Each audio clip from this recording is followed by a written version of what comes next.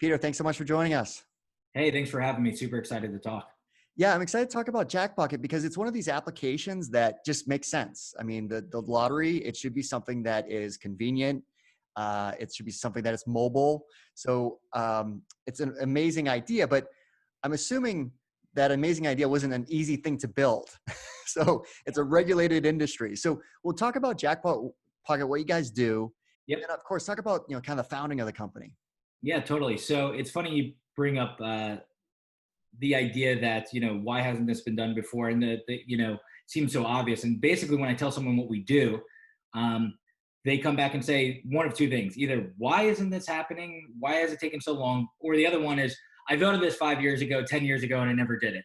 So it's always kind of comical to start off the conversation. But what Jackpocket is, it's the first mobile application that allows players to play official state lottery games, like the ones that they already know and love. So Mega Millions, Powerball, Cash for Life, as well as the official state daily games that are available once you're inside the jurisdiction. So our app uses geotechnology to verify that you're within a particular jurisdiction. And then we also obviously verify your age and identity to make sure that you're over the age of 18 to be able to play the lottery. And then basically they have the ability to order that ticket directly from their phone wherever they are. But the convenience kind of doesn't stop there. Everyone thinks about it as, you can play anywhere. But players don't have to worry about, holding onto their tickets, checking their tickets, or even redeeming their tickets. And by adding, a layer of user experience, we're adding really compelling new features like the ability to play in a pool socially with your friends and colleagues, as well as set up an autoplay so you never miss a drawing again. So how did you decide that this was the idea you wanted to tackle? Yeah, it's something that's been ingrained in me. So my background is I was born in Brooklyn. My mom and dad were from Brooklyn originally. And my dad is an MTA employee, blue collar guy, worked for the train system like his grandfather and even his grandfather, my great grandfather. And so he was an everyday lottery player. So my dad played the New York lottery every single day and then moved us out to New Jersey to make a better life for us. At that time, New York was going through a big change. And so as he became a New Jersey resident, he not only became a New York player, but a New Jersey daily player. And so it was always a big inconvenience in our lives. And we would joke with my dad because he always needed to play the numbers before going to our sports games practices. And being the head coach for all the teams, it was super embarrassing when we would show up late. But my dad had to travel from the Bronx back to New Jersey, pick us up, and get his numbers in. And so about 7 years ago, we were on our way to a family party. We were already late.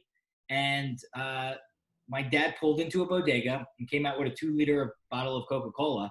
And I said, I know you went in there to get your lottery tickets. And lo and behold, he took them out of his pocket. And literally about a week before that, we had kind of forced an iPhone 5 onto him. He didn't want a smartphone. But I saw just within the first week, he was playing all these like little casino games where he could win no money, right? He was just literally playing slots to have fun. And I was like, wait, why can't he, get his lottery tickets through the phone? And what we saw was that the Department of Justice has came out with a ruling saying that state lotteries could pursue online sales. And what I saw was, there had been 1 or 2 states that had attempted to do it themselves, but, they didn't have the technology. They didn't have the in-depth marketing to go digital. And so we said, okay, there's a way for us to fill this hole and to create a multi-jurisdictional brand. So just like Uber, when you land in San Francisco, the app knows, where you are, and you're not downloading the California or San Francisco Uber app. Even though it's a highly regulated market, it's geo-aware, and then the back end is understanding all the regulations in that area and conforming to them. So our vision was, can we create that for the lottery industry? And then how did you actually convince, the regulatory affairs that control the lottery system to actually say that this, we could pull this off. We're a startup, but we could pull this off? So even before that, I think when I finally decided, hey, this looks like an opportunity, I started understanding how big the lottery was. And Americans spend more money on lottery tickets than all sporting event tickets, concert tickets, movie tickets, video games, and books combined. Wow. I never knew. Me either. So I knew it from my dad buying tickets and him talking to my grandmother and his brothers and sisters about the lottery. But little did I know how big it was. And so we knew that going into a heavily regulated industry was going to be difficult. But if we found opportunities and we're able to knock over walls, this was just going to be huge. So what we needed to prove to the lotteries were basically the same thing that you prove to investor, that there's product market fit. And there's no better story than being able to show real data. So we needed to figure out a way to launch the service and ensure that we were fully compliant and obeying all the laws. And so we got creative. And so basically what Jackpocket is a service provider between a consumer and an official state retailer. And we've learned and created ways that we actually process real paper tickets. Now, what we do is we actually own those retailers in each of the jurisdictions that we operate. But we first actually partnered with retailers on the corner, and then eventually actually went and bought a retailer that was available in New York. And so from that, we were actually able to show a year's worth of sales and demonstrate to the states, hey, listen, this is safe, this is convenient. We're getting a different demographic that's playing, and we can implement this at zero cost to the state. And so what most people don't understand is, yes, the lottery exists to sell tickets, but most of the money goes to the beneficiary, which is usually state education, elderly care, job creation. And so all these programs rely on this revenue. That said, the lotteries have a really tight budget on what they can do in terms of marketing. So what we are able to offer is the ability at zero cost to go out there and actually do all the marketing, user acquisition, and we get paid out just like any other retailer.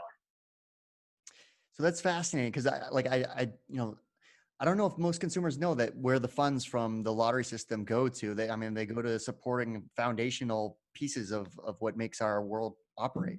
Well, look at this. I mean, if you look at, especially in a post-COVID world, most of these services are under real trouble right now and need more capital.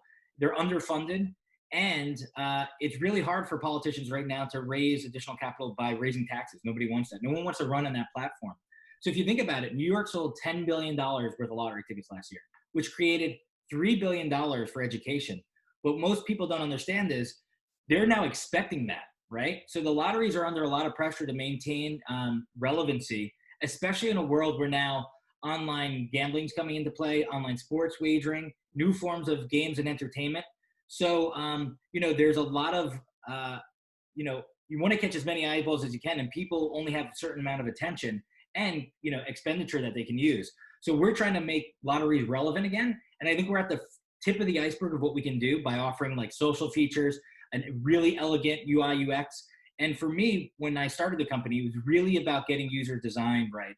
And one of our key kind of motivations at the company is design is not a luxury. You have to have it built into a product. And so what we're really doing is focusing on those players that may have never played the lottery before, but also making it so that it's easy enough for a guy like my dad, who's basically computer illiterate, to be able to pick up the app and be able to purchase his favorite games without having to think too much.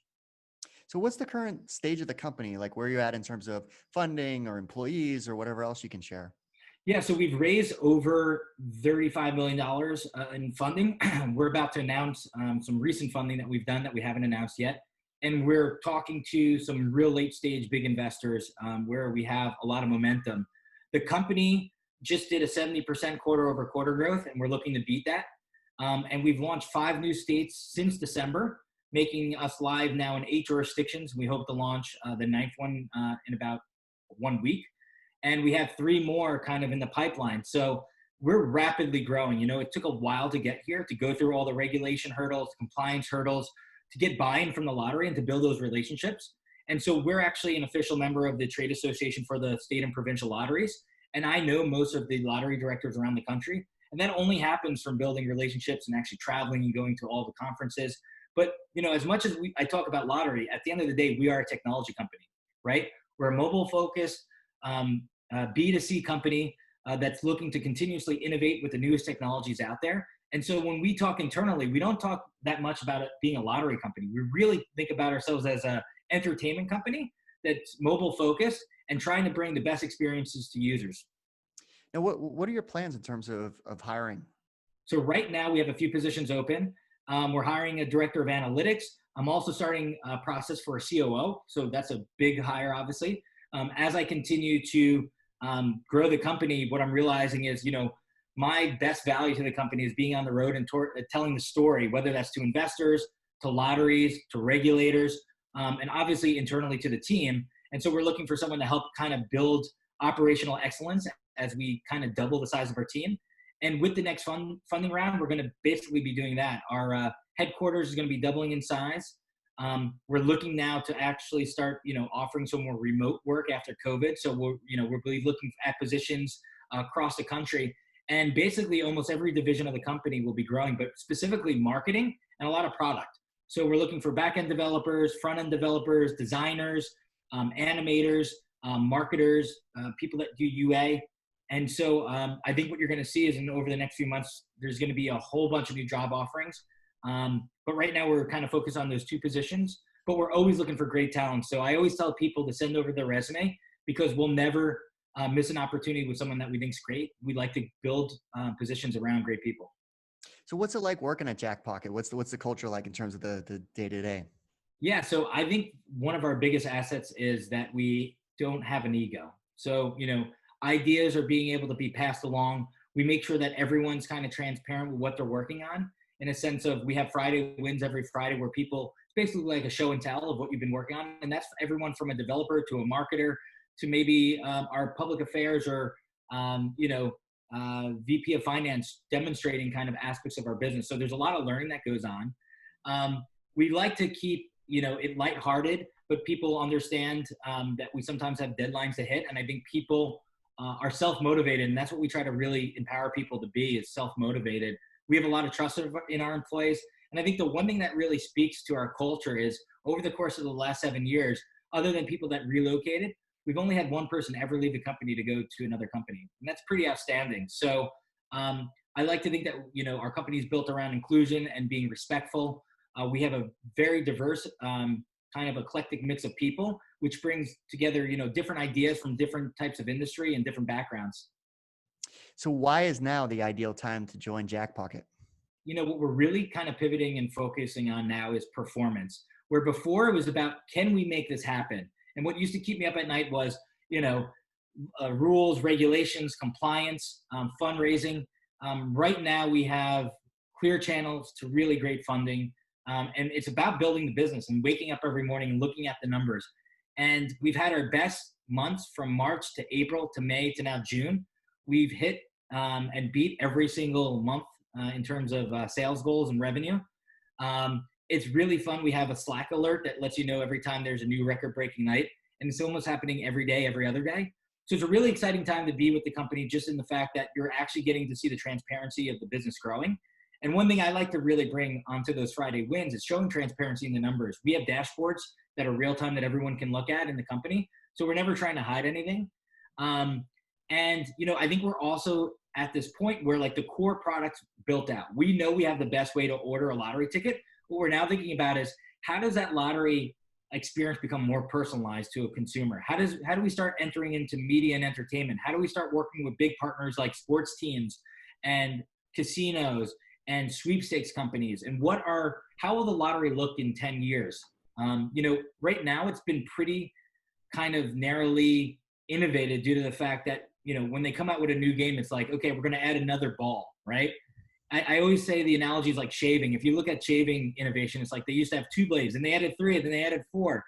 But what we're really looking at is, for the longest time, play had to be cash-based, anonymous, no decision or interaction to it, and very kind of based around a paper physical ticket. So, why can't you play interesting games versus a state or amongst friends? And so what we're going to start developing are new game formats that live in basically a digital age that still helps those great beneficiaries like education and elderly care. Well, if you are interested in exploring opportunities at Jackpocket, you can check out all their job listings on their biz page on VentureFizz. Go to venturefizz.com/Jackpocket. And this is a compelling opportunity to join a company that is on that rapid trajectory with a foundation already created in a regulated industry, which is really hard to compete in forms like that. So definitely check out their job listings. Peter, thanks so much for taking the time to walk us through all that's going on at Jackpocket. Thank you so much for having me.